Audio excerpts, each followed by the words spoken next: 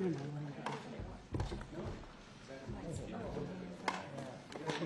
right out. Abundance of riches. Yeah.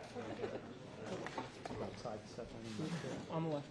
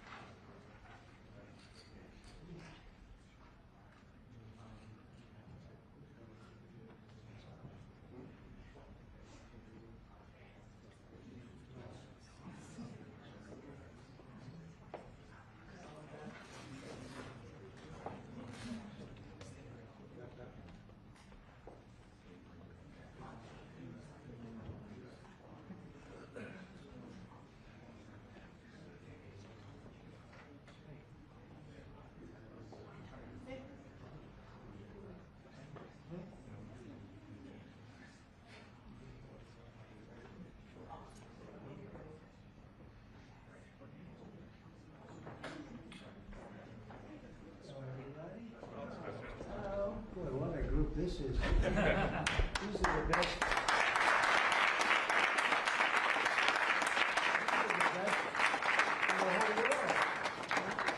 Best in the whole world. IBM, the whole group, huh? What a wonderful culture and what a wonderful group of people. Thank you very much for coming. It's really nice. Thank you. Come on, I'll slide over here someday.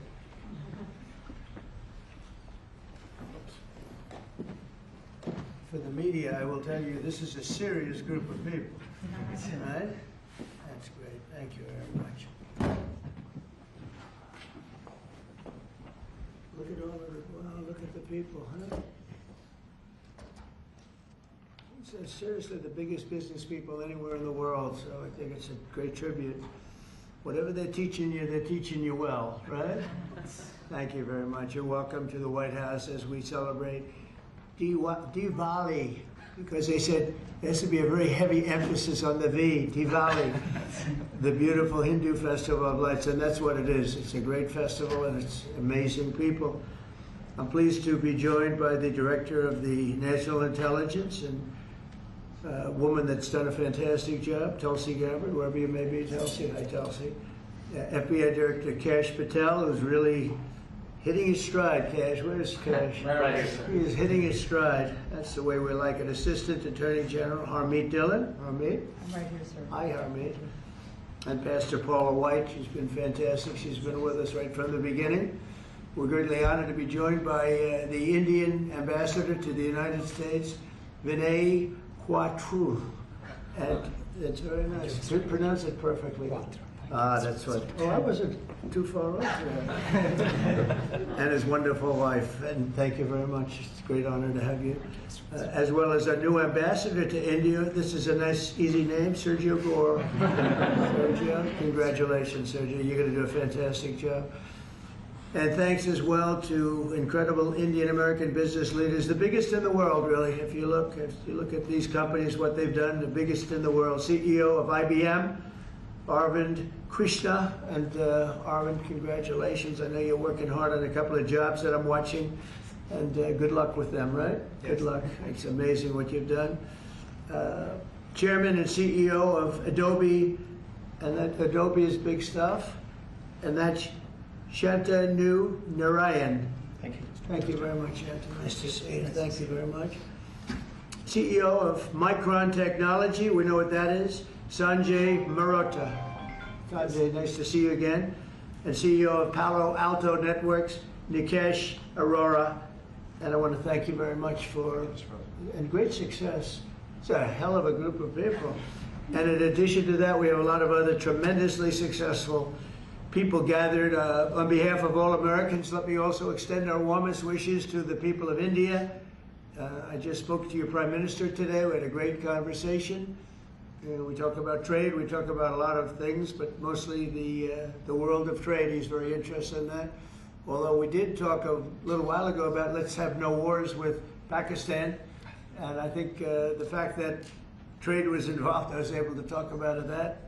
And we have no war with Pakistan and India, and that was a very, very good thing. But he's a great person, and he's become a great friend of mine over the years. In a few moments, we'll light the diya as a symbol of faith in the victory of light over darkness. It's a beautiful term, light over darkness. That's what it's all about.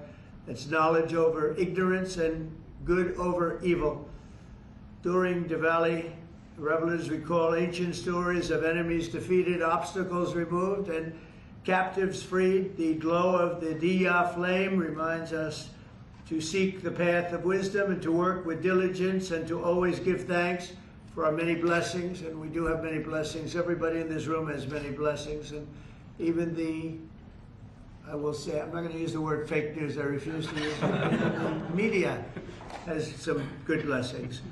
One of the blessings is that you didn't have to stand in the mud outside anymore. You know, you now have a beautiful stone surface, the identical color of the White House. For years they had to stand when we had press conference in the mud because it was grass, and I decided to take care of that, so I think they appreciate it.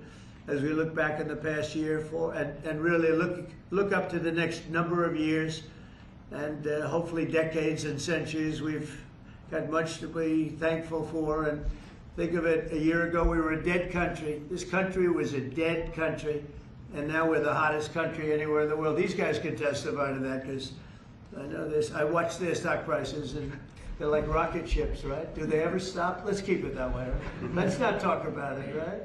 Let's just keep it that way. It's amazing. We have more than $17 trillion. They're part of the reason. More than $17 trillion of investment pouring into the United States. It's going to be, I believe, over $20 trillion by the time the year's up. And as an example, the last administration had less than $1 trillion in a period of their 4-year period. They had less than $1 trillion. We're going to have 20 trillion. We have over 17 trillion already. That's investment coming in. And I think it's largely for two reasons. We had a good election on November 5th, but maybe more importantly, of course, it wouldn't happen if that election result didn't happen.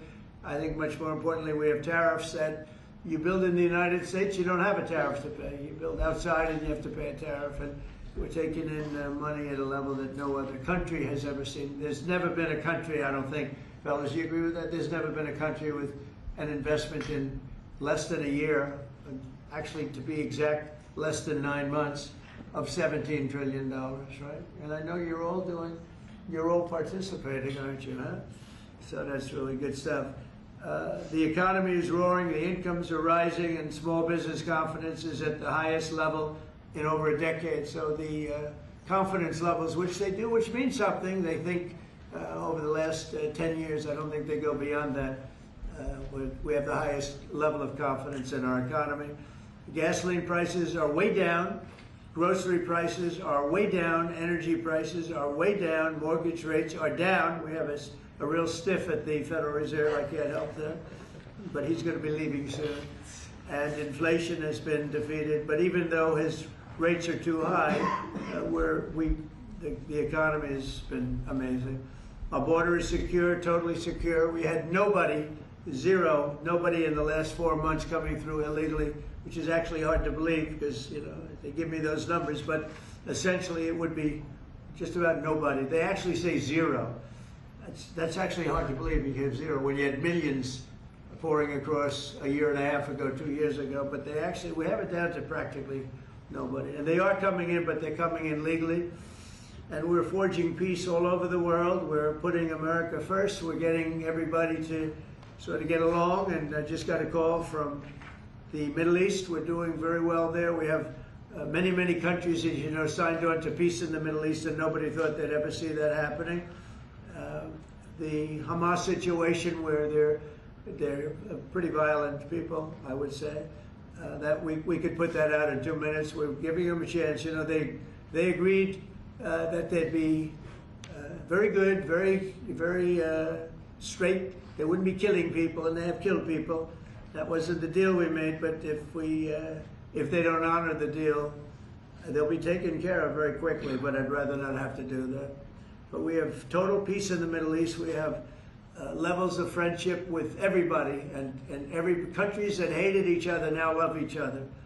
Nobody ever saw anything like it. I think you guys are pretty surprised over here, right? You're surprised, but a lot of people are surprised. Are you guys surprised? Peace in the Middle East. You've been hearing about it for as long as you've been alive, and it's been a lot longer than that. You're still pretty young, but we have peace in the Middle East, and so as we light the diya, we look forward to a new year and a greater peace and a greater everything for all of us. And we want tremendous success, tremendous health. We're doing a lot of things in the world of health. And the autism situation is just crazy when you think of it. And you go back 20 years, it was 1 in 20,000, and now it's 1 in 12. Is that hard to believe? When I hear that number, it's not even believable. And we think we're onto it. Bobby is doing a great job, and Dr. Oz, all of them, they're really working hard. Nobody's ever seen anything like that. And it's been a very important factor for me. I just say you got to focus on that. We think we have a lot of the answers. We've announced a lot of the answers, actually. But we're looking at many things. We've made tremendous progress. And maybe the thing we've done the best on is prices for our drugs. We have favored nations now, where other nations, as you know, were paying a small fraction of what we were paying. And this was, for many, many years, this was happening. This was set up 30 years ago, where we were paying 10 times more, 12 times more, 5 times more, always tremendous numbers more. And I said, we're not doing that anymore. And the drug companies have agreed, and the countries have agreed. Now, if I didn't have tariffs, I wouldn't have been able to get it. I said, well, if you don't agree, we're going to charge you tariffs for more than the equivalent amount. And amazingly, everybody agreed. So our drug prices are going to be coming down 100%, 200%, 300, 400, 500% in some cases. A pill that cost $10 in London would cost $120 in, think of it, $120 in New York, or any place in this country. A drug that cost $86 in Berlin cost $1,300 in New York and throughout the United States. So we're not doing that anymore. So we're just not doing it anymore. So I just want to, and I think that's going to be huge for our anything, Medicaid, Medicare, Social Security, anything having to do with health, because the drug prices are going to be coming down. And I tell the story of my last administration, my 4th year. I was so honored because I brought drug prices down. The first time in 28 years, prices were brought down by a certain amount. I'll tell you what the amount was in a second, but by a certain amount. And so at the beginning of the year to the end of the year, I actually brought them down. First time in 28 years that happened. And the number was 1/8 of 1%. That's all I say. But I was proud because first time it ever happened. And now I'm bringing prices down 600%, 700%, 900%, 200%. So I can't believe I actually had a news conference to celebrate 1/8 and 1/4 of 1%. But that was, you know, you learned, right? You learned. So we're doing, and you guys know more about favored nations than anybody. So we're going favored nations, we're demanding it, and we've got it. And as you know, we had Pfizer, we had the big companies, they were all agreed or close to agreeing, but the countries have agreed to. Actually, the countries would be generally more difficult. If we didn't have the power of tariffs, they wouldn't have agreed. They would have said, nope, you got to pay 10 times more than we're paying. We were paying 10 and 12 times more than other countries for the exact same pill made in the exact same lab or factory. So it's an amazing thing. I think it's an absolute game changer. Nobody's ever even heard of a thing like that. And you'll see the results over the next year, year and a half, and I think it's great. So I'd like to ask a person who's really been fantastic. We'll ask a few of the people to say a few words. You're on international television, so don't get nervous. Cash, would you say a few words, please? You've done a fantastic job. Well, thank you, Mr. President. It's an honor to be a first-generation Indian American whose parents lawfully immigrated to this country. And under your leadership, so many more millions of Americans are living that dream. And to celebrate it here in the Oval Office on Diwali, which you said, rightfully so, is a triumph of good over evil. It's just an incredible honor. It's incredibly humbling. Indian Americans around the world and Indians around the world are thrilled that you are such a profound leader in sharing this diversity with the world, and we can't thank you enough, and happy Diwali. Great. Well, thank you. Congratulations on everything. And how about a great company, IBM? He's taken this company from, it was a little troubled, as I remember, a few years ago, like 10 years ago, to being one of the hottest companies anywhere in the world. Arvind, could you say a few words? Thank you, Mr. President. In the spirit of Diwali, we should also acknowledge all that the President and the administration is doing to really boost technology, innovation, and that leading to economic growth. I want to point out, people forget often how much public and private partnerships in the United States have mattered to boost technology. You look at semiconductors, you look at space, you look at the internet, mobile, and hopefully quantum down the road. So, Mr. President, I'd like to thank you for all that you're doing to boost our technology leadership. Well, you have done amazingly, and I just think it's incredible. I know exactly what you've been through, because it was a troubled company until you came along, and you made it very untroubled. You made it a rocket ship, so I congratulate you. Thank you, Arvind, very much. We have a very, very great company, Adobe, and Shanta, could you say maybe a few words, please? Sure. Thank you, Mr. President. And first, it's such an honor, to be here in the Oval Office and to celebrate Diwali, which for all of us growing up, as you pointed out, was, the victory over triumph over evil, light over darkness. I think what you're doing, Mr. President, to have peace and prosperity and investment in this country is just amazing. And as a company, I think hopefully everybody here is using Photoshop in order to, take all these pictures. But I would really like to thank you for your leadership, and we will continue to invest in the U.S. to make sure that we continue to drive innovation. And your investment's been very large. So how much have you invested, and do you plan to invest in the U.S.? As far as our investment is concerned, it's all intellectual property, it's people, so we make everything here, so that's the software. That's good. And so we're a $20 billion revenue company now. We're one of the largest software companies in the world, and headquarters is Silicon Valley. So thank you, Mr. President. Fantastic job. How much are you investing, IBM? $150 billion over the next 5 years. 150 billion, that's good. Micron's doing pretty good. How's Micron doing? Okay, pretty good. Mr. President, really a great honor to be here today celebrating Diwali with these excellent peers of ours from the tech industry. And Diwali stands for light, hope, renewal. And the United States is light to the rest of the world. And particularly on the renewal piece, I just want to really applaud you and your team in terms of bringing Renaissance's semiconductor manufacturing here to the U.S. So Micron is investing $200 billion, $200 billion in leading-edge memory manufacturing, and in the course of next few years, we'll have 40% of our manufacturing here in the U.S. And this will add, over the course of years, 90,000 jobs and $1.5 trillion impact to the economy. So we are very thankful to the support that we get from your team and Mr. President, from you, in terms of bringing memory here to the US. And memory is key with AI today, right? Yeah. You always talk about memory. I have a good memory. But those machines have a better memory, right? No matter what you do. Absolutely. That's fantastic, really fantastic. The cashier, Palo Alto, is a hot one. And tell me about that. Go ahead, please. Mr. President, thank you for having me here. It's a pleasure and honor Great- to be great able honor. to Thank celebrate you very much. Diwali with you. As my colleagues have said, this is triumph of good over evil and prosperity, and what you've done the last 9 months in terms of making the United States one of the most business-friendly administrations, and you're allowing us all an opportunity to invest not just in technology but in our people. It's just amazing.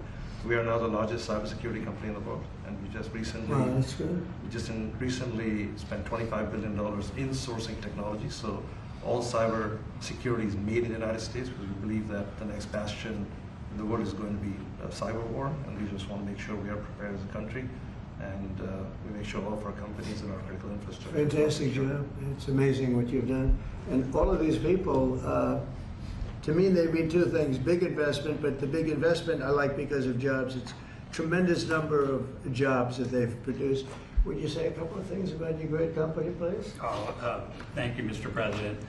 I'm with Stone Point Capital, private equity, which I'm sure you know, and Yep. we just raised a new $11.5 billion fund, and we obviously invest very heavily in financial services technology, and so it's actually an honor to be here in the Oval Office with you, and as a fellow Winkwood member too, I've always it's always a pleasure to be with you, and I got to tell you, you're the best president that I've ever seen, and we're so proud of you. Thank you very much. I'm glad I asked him to say that. Would you like to say something about the great job you're doing?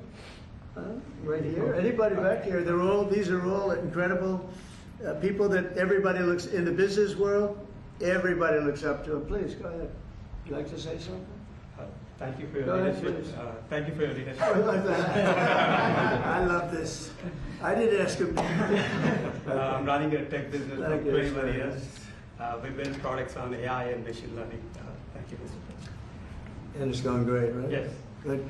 How about over here? We have some very unshy people. Harmeet, how about saying a few words? Well, thank you, Mr. President. It's a tremendous honor to have supported you 3 times and been part of your administration. And on this day of Diwali, I say on behalf of the United States Department of Justice that the message of the triumph of good over evil and knowledge over ignorance and justice over injustice is something that your administration is personifying, and it's a tremendous honor to be part of it, and thank you very much for including us here today. Good, and you're at the DOJ and doing a fantastic job. Thank you, sir. That's great. She's doing a good job, Cash, right? She's doing And outstanding. Tulsi, we know, is doing a good job. What do you think, Tulsi? Yes, sir. Thank you very much.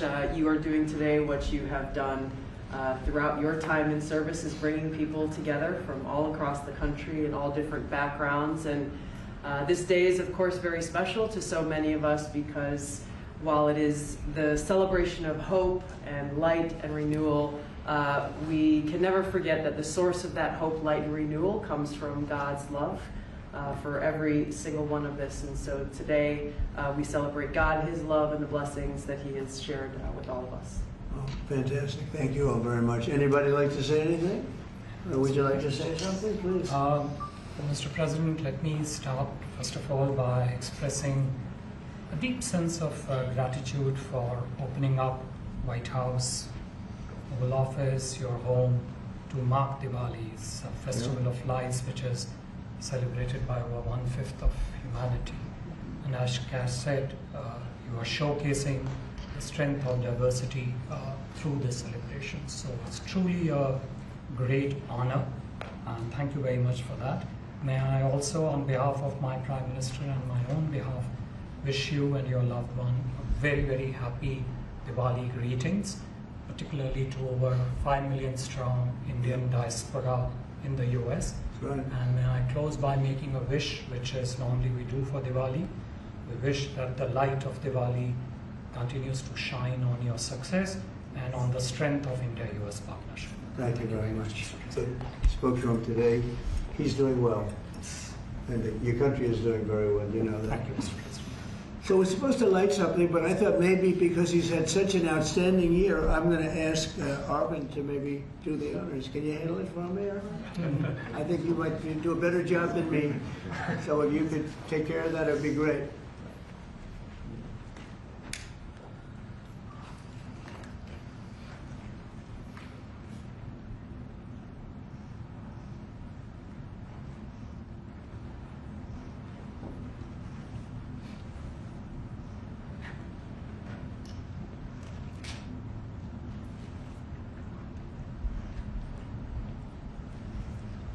Well, he's done a good job. I didn't know you were supposed to do that. I'm glad I asked him.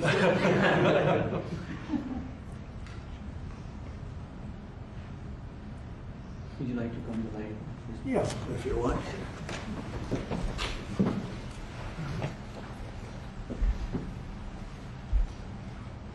Okay.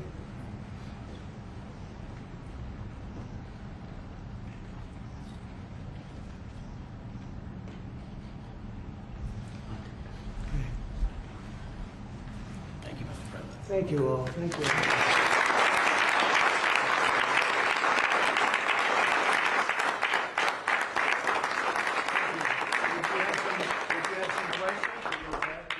Mr. President, the meeting with Vladimir Putin is canceled or put on hold. Do you know what happened there, and does that affect your decision whether or not to send tomahawks? to No, Ukraine? no, I don't want to have a wasted meeting. I don't want to have a waste of time, so I'll see what happens. But we did all of these great deals, great peace deals. They're all peace deals, agreements, solid agreements, every one of them. But this one, and I said, go to the line of battle, or the battlefield lines, and you pull back and you go home, and everybody take some time off, because you got two countries that are killing each other. Two countries are losing 5,000 to 7,000 soldiers a week.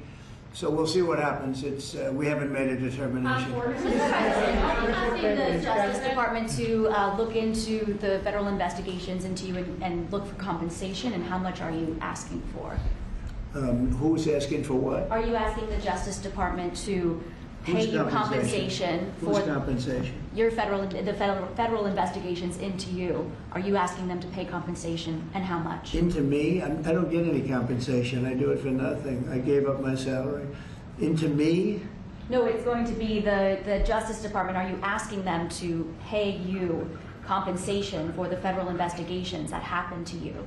And how much are you asking well, for? I guess they probably owe me a lot of money for that. I'll probably, yeah, that's true. That's very interesting. No, I get no salary. I gave up my salary. It's a good salary. Not as much as these guys make, but that's okay. It's a lot of money. And I don't, as you know, I didn't take it in the first 4 years. I'm not taking it in these 4 years either. But as far as all of the litigation and everything that's been involved, yeah, they probably owe me a lot of money. But if I get money from our country, I'll do something nice with it, like give it to charity or give it to the White House, where we restore the White House. And we're doing a great job in the White House. As you know, the ballroom is under construction. It's going to be, they've been trying to get it for 150 years, and it's really, I think it's going to be fantastic. But we'll see what happens. I mean, we have numerous cases having to do with the fraud of the election, the 2020 election, and because of everything that we found out, I guess they owe me a lot of money, but I'm not looking for money. I'm looking for really, I think it's got to be handled in a proper way. If it's not handled in a proper way, we don't want it to happen again. We can never let what happened in the 2020 election happen again. We just can't let that happen. And so the way we go, I know Cash is working on it, everybody's working on it, and certainly Tulsi's working on it. We can't let that happen again to our country. Look at what's happened, where you have millions of people being allowed to come into our country, all because of a crooked election, where they come from prisons, they come from jails, they come from mental institutions and insane asylums, they're drug dealers. The people that they've allowed to come into our country, we cleaned them out in Washington, D.C. We have a very safe capital right now. We have a capital that's as safe as it can be. But I don't know. I mean, you'd have to ask the lawyers about that. Mr. President, what did you hear from the Prime Minister? Mr. President, a comment and a question, please, for you. First of all, you have just won billion plus hearts around the globe, including in India, by celebrating the Diwali in the White House right here. And my other comment is, Mr. President, I like his question already. in February, you and the White House staff gave a warm welcome to the Prime Minister of India, Mr. Narendra Modi. That's right. And after that, I decided to make a short trip to India for you, how popular you are in India. And I went there in a holiest also festival there. Millions of people were there. And also Prime Minister Narendra Modi was addressing a media event, 5,000 people. I was one of them there listening to him. And when I went to several states in India, what I found out, Mr. President, 3 people are most popular there. Prime Minister Narendra Modi, President Donald Trump, Mr. Kash Patel, and also with the surprise, our White House Press Secretary, Caroline Levitt. She's doing good, right? She is doing good. And Superstar. And Mr. President, my question is, you had a great relationship with the people of India when you visited India, and with the Prime Minister of India, Narendra Modi, and also with the Indian American community. Where do we stand today, all those relations from 45 to 47 in the future, Mr. President? Please, thank you. We stand great, and the people of India, I love the people of India, and we're working on some great deals between our countries. I spoke to Prime Minister Modi today, as I mentioned before, and we just have a very good relationship. And he's not going to buy much oil from Russia. He wants to see that war end as much as I do. He wants to see the war end with Russia, Ukraine. And as you know, they're not going to be buying too much oil. So they've cut it way back, and they're continuing to cut it way back. Mr. President, what did the Kremlin say? Mr. President, Yeah, please. an appeals court recently ruled that you can send the National Guard into Yeah. Portland, Oregon. Do you feel unfettered to send the National Guard into whatever city you want now? Well, I guess so. That was the decision. I can send the National Guard if I see problems. I looked at Portland over the weekend. The place is burning down, just burning down. We weren't there. We didn't spend much time there because we were waiting for that decision. But the court, maybe that influenced the court. But you look at a place like Portland, it's ridiculous when they say that there's no problem. The place was on fire over the weekend. But we won the case in Court of Appeals. I think it was the Ninth Circuit, so that's pretty good. And a very strong opinion that we have the right to use the National Guard. You would think that would be common sense. We have the right to use the National Guard to put out trouble. Well, that's how I got elected. One of the reasons I got elected. Yes. Mr. President, what changed your mind after talking to Vladimir Putin between then and now? Why did you think that a Budapest summit might be wasted time? Well, I didn't say anything. I didn't say it would, and you never know what's going to happen. But a lot of things are happening on that front, on the war front with Ukraine and Russia. And we'll be notifying you over the next 2 days as to what we're doing. Did you hear a lot of things are happening. Did you hear something from the Kremlin? Get it solved. Yeah, please. Mr. President, on Ukraine, do you still see a chance for a ceasefire? And what is Putin asking for? Do you still see a chance for a ceasefire? And what is Putin asking for? I do. It's a vicious war. It doesn't really affect us. We sell equipment to them. We sell equipment to NATO. And NATO gives it to Ukraine, but we don't pay anything anymore. Biden spent $350 billion. The war would have never happened if I were president. Would have never, not even a million years. And Putin knows that too. Would have never happened. But it did happen, and I came in, and I have to see if I can put it out. But it doesn't affect us because we're not losing soldiers there. Although, when I first came in, that could have ended up, it's not going to happen. But it could have ended up in World War III. That was really out of control. So now they're shooting and they're killing people, and I think Putin wants it to end, and I think Zelensky wants it to end, and I think it's going to end. What is Senator Schumer said he reached out to you about meeting on the government shutdown. Will you meet with him before you leave for Asia on Friday? Well, I will actually. I'd love to meet with them. I just want them to open up the country first. The country is so hot right now. And they've never voted against, continuation. They've never voted against. They've never done that. They're doing this because they have Trump derangement syndrome. But I would love to meet. I would like to meet with both of them. But I set one little caveat. I will only meet if they let the country open. They have to let the country open. The people want to go back to work. They want to be served. They need the services of some people, and a lot of people need the money, the payroll. So I'll do it as soon as they open up the country. I'd like to meet. So you won't meet with them until the government. Just to be clear, you won't meet with them until the government's open. The government has to be open, yeah. The government has to be Mr. President. You know how long it would take for them to do that? Just say, okay, government's open, that's it. There is nothing. How long They're do you not think this could negotiating. go? What they're doing is saying they lost the negotiation, and when we got the great big beautiful deal done, they lost that negotiation. Now they're saying, well, we want to get some of the things we lost. But the problem is the things they lost are very bad for our country. We don't want to have people come over from all over the world, from prisons and all, and have them have their health care paid for. We want to take care of people that are American citizens and all. So they want $1.5 trillion of money to be wasted and jeopardize the health care of other people. We're not going to do that. So I would love to meet with them. We want the country open first. Mr. President, a new poll shows that if Curtis Sliwa dropped out of the New York mayoral race, then Andrew Cuomo would only trail Mamdani by 4 points. Would you call Curtis Sliwa to drop out of the race so that can happen?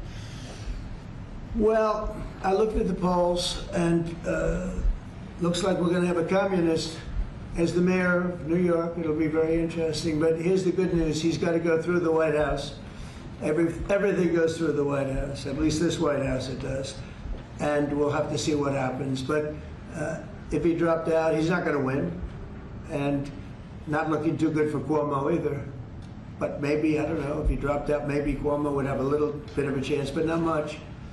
Because it looks like the lead it's not a great lead, but it's big enough that he should be able to win. So, I don't know that I want to get involved. It's really a question of, would I rather have a Democrat or a communist? And I would rather have a Democrat than a communist. Will you meet with Mamdani if he wins? Yeah, I'll speak to him.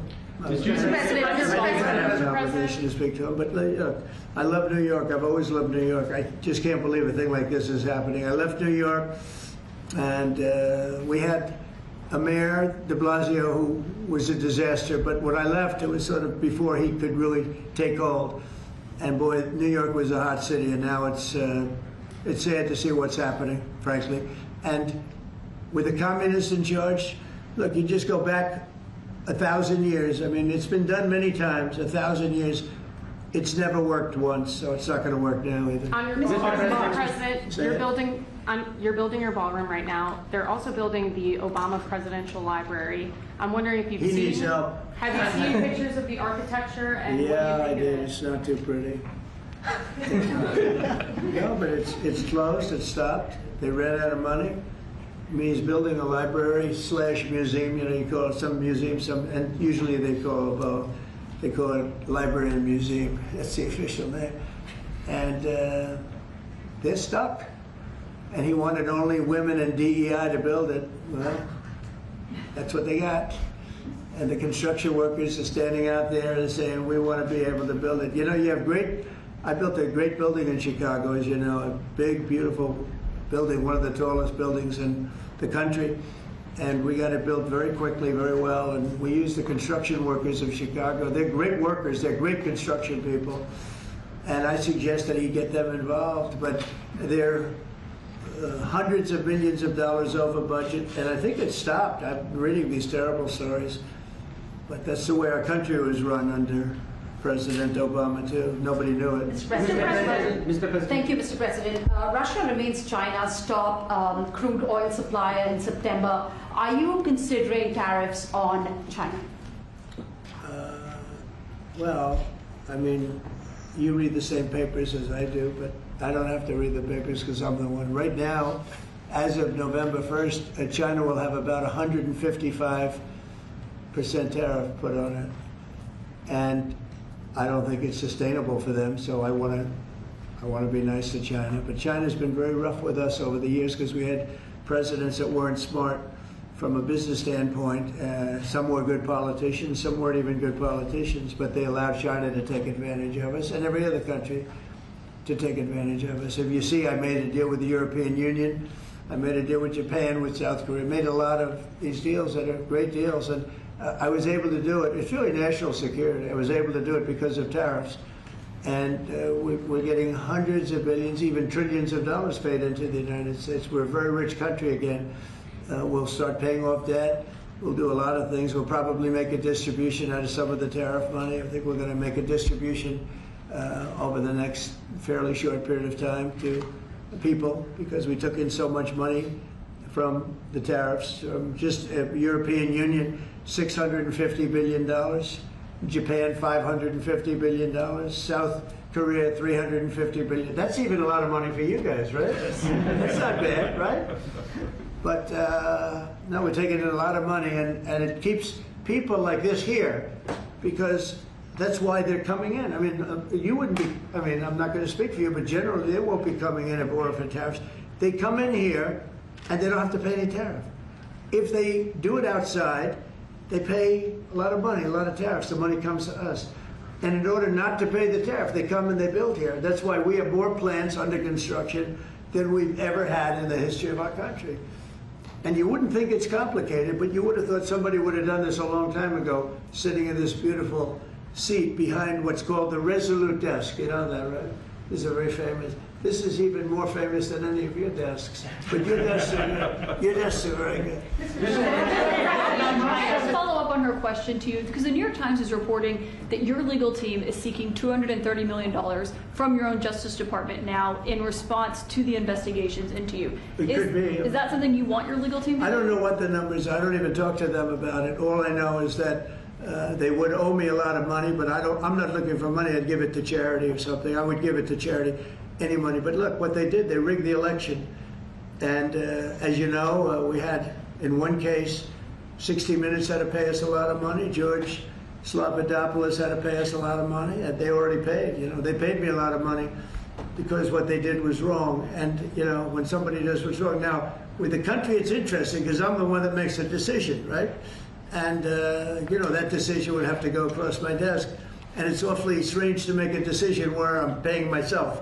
In other words, did you ever have one of those cases where you have to decide how much you're paying yourself in damages? But I was damaged very greatly, and any money that I would get, I would give to charity. Thank you, Mr. President. Yeah, please, go ahead. Is the Democrat Party now more Zohran Mamdani's party than it is even Leader Schumer's or Leader Probably Jeffries? is, yeah. I mean, maybe he'll run for president in 4 years. You have a communist president. That would be interesting, right? I don't see it happening. You know, I've always said you will never see, and I always talked about socialism, and you will never see a socialist so-and-so. And I was right. I'd say it in speeches, we will not have socialism in our country. And I was right. Communism, yes, but socialism. In other words, they skipped socialism and they went down to communism. No, he's a communist, and he's going to be maybe the mayor of New York. I don't know, maybe, you know, polls are wrong, but these polls seem to be pretty consistent. But he would be, I would say he would be the leader of the party. It's not Schumer. Schumer's shot. He's shot. This poor guy, I feel sorry for him. I've known him for a long time, but he's I think he's mentally gone. He's been beat up by young, radical lunatics. And I think Chuck Schumer is, he's gonzo. I really do. I think he's probably not going to run. It shows that he's losing in every poll. Now, this is hard. You know, he wants to meet with me. It's sort of hard to meet with a guy after I make a statement like that, but I'm just giving the facts. I think Chuck is probably finished. I know some people, Democrats, that would be good. Some good politicians and some, you know, reasonable people. But I understand that they would not have a chance of, you know, getting even the concept of holding the torch. They're not going to get it. But they have some people that I really believe they're low IQ people. They're stupid people. And they seem to be leading the party. So we'll see what happens. Look, the Republicans are strong. We have great leadership. We're very strong in every way, and we're going to keep it that way. But we are really a strong party. You know, our party's grown magnificently. We've gotten away. Look at all the union votes I got. Nobody thought that was ever possible. Look at the election where I won I won everything. I won all 7 swing states. If you win 3 or 4 swing states, you're doing great. I won all 7 by a lot. And I think the best thing when you look at districts, 2,700 versus 525. That's big. That's why the map shows all red. So we won in a tremendous landslide, and that's because people like our policy. I guess they like me, but they like my policies. Strong borders, good education, low taxes. You know, in the great big beautiful bill, we got the biggest tax cut in history. Not only no tax on tips, no tax on Social Security, no tax on overtime, we got the biggest tax cut in the history of our country in the bill that we just approved. And I think people see that and they like it, and that's why we're doing well, but they are not. They do not have leadership. Thank you very much, everybody. Thank you, Thank you very much. Thank you, guys.